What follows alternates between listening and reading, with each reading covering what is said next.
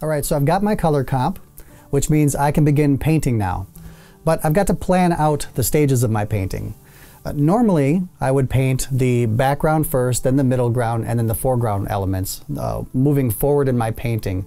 And you'd want to do it that way so that each time you're painting something, you're overlapping the previous layer or the previous elements in your painting. But I don't want to do that with this painting. And that's because of this really dark blue sky that I've got here at the top. If I jump into this painting to do the background, covering this all with dark blue, I'm going to obliterate some of the pencil lines that I've got for my dragon, cover them up, and I won't be able to see where my dragon is. So I'm going to work on this middle ground element first, that being the dragon. I am going to do just one layer underpainting for the dragon. After that dries, then I can go back in with my normal method and jump into painting the sky. And then the rest of the painting, of course. So, all right, I'm going to get to it.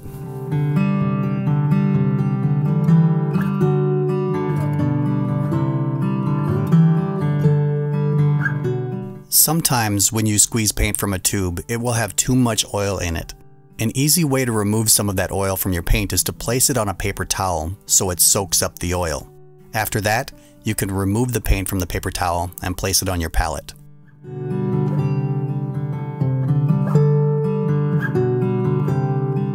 I mixed my first color using Phthalo Red Rose, White, and Payne's Gray. Since Payne's Gray is a bluish gray, it gives me a nice purple color when mixed with the red rose. Even though my dragon will ultimately be yellow from the warm light, I painted the color I imagined the dragon to be without any external lighting on it. Think of it like creating a 3D model in the computer that you haven't applied any lighting to yet. The underpainting is a very important stage of the oil painting process. Even though you don't need to be using your final colors or even values at this stage, you are laying the foundation and framework for future layers. You certainly don't want to go too dark with your colors at this point, as it will be a lot more work to pull back the values later on if you decide you need a particular area lighter. Oil painting in layers is a process, sometimes a long process, of building up to your final color and value. Because this is my very first layer of oil paint, I am going to add liquid medium to my paints. This will speed up the drying time of this first layer. And after this first layer is painted, I will not add drying medium to any other stage of this painting. I only want my first layer to dry quickly.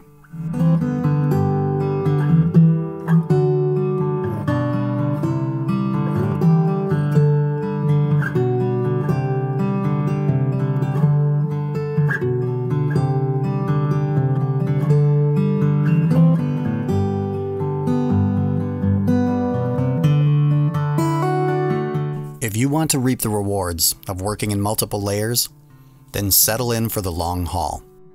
You better be able to have patience and be comfortable spending a lot of time with yourself and your own thoughts, because painting this way demands patience. Embrace oil paints for their fundamental quality of drying slowly. Because oil paint dries slowly, you're going to be able to achieve blending not available to you in some other fast-drying media. One of the foundations of my painting process is to place a color down on the surface which is a little bit darker than what I know I actually need, but then work into that color with white, which lightens it. By doing this, I also achieve the blending of colors and the creation of paint form. You're probably going to hear me say the terms meaty or buttery far too much, but these are the qualities that I love about oil paint. It's like painting with butter because the paint goes on so smooth and can easily blend with surrounding colors, especially if the oil content in the paint is low. And although I said the underpainting is a very important stage, I don't want you to think that I spend too much time getting overly detailed. My underpainting is generally done with larger brushes. The painting will be refined layer after layer, getting more and more detailed as I go along. Adding too many details at this stage is pointless. Again, patience. That's another word you'll hear me say far too much.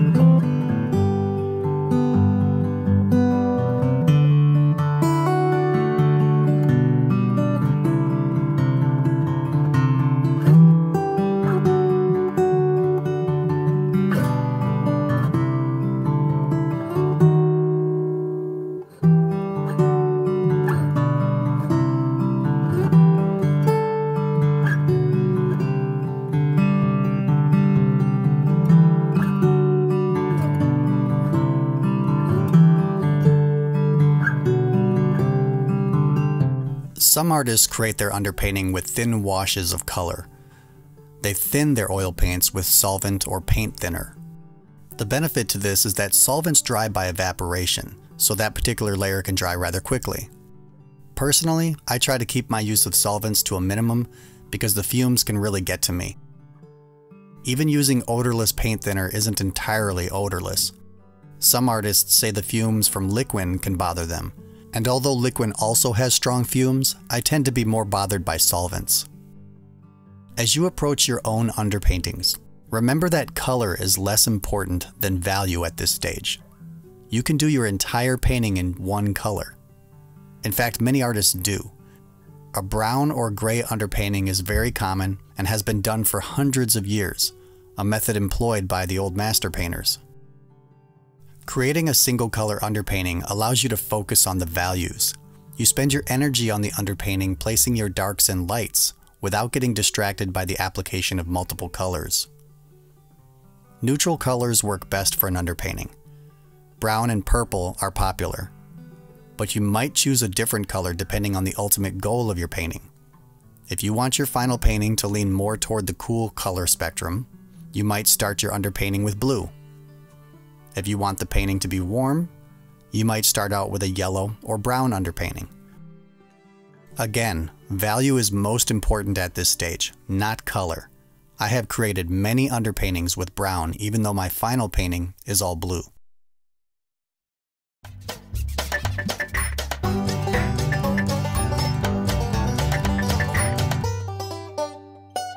Mediums are product that you mix into your oil paints to modify their consistency, speed up or slow down drying time, give your paints a particular kind of sheen when they dry, or even clean your brushes in between colors. Refined linseed oil is easily the most popular of all oil painting mediums, and certainly the one I use most. It slows down the drying time of oil paints, which allows me to work the paint longer. It thins oil paints without giving them the watery consistency that mineral spirits or turpentine do. Because of that, this is my go-to medium for glazing color into my paintings. Stand oil is a thicker version of linseed oil that's also very good for glazing. It levels off really well, meaning it won't leave brush strokes. I don't use this as much as refined linseed oil because of its thick, honey-like consistency, but it can be thinned with mineral spirits and it doesn't yellow over time the way some other oils do. Walnut oil can also be used as a painting medium, but I mostly use it for cleaning my brushes in between color changes because I am too in love with linseed oil, and because I am trying to cut back on using solvents to clean my brushes. But it is a non-yellowing oil, which makes it very desirable.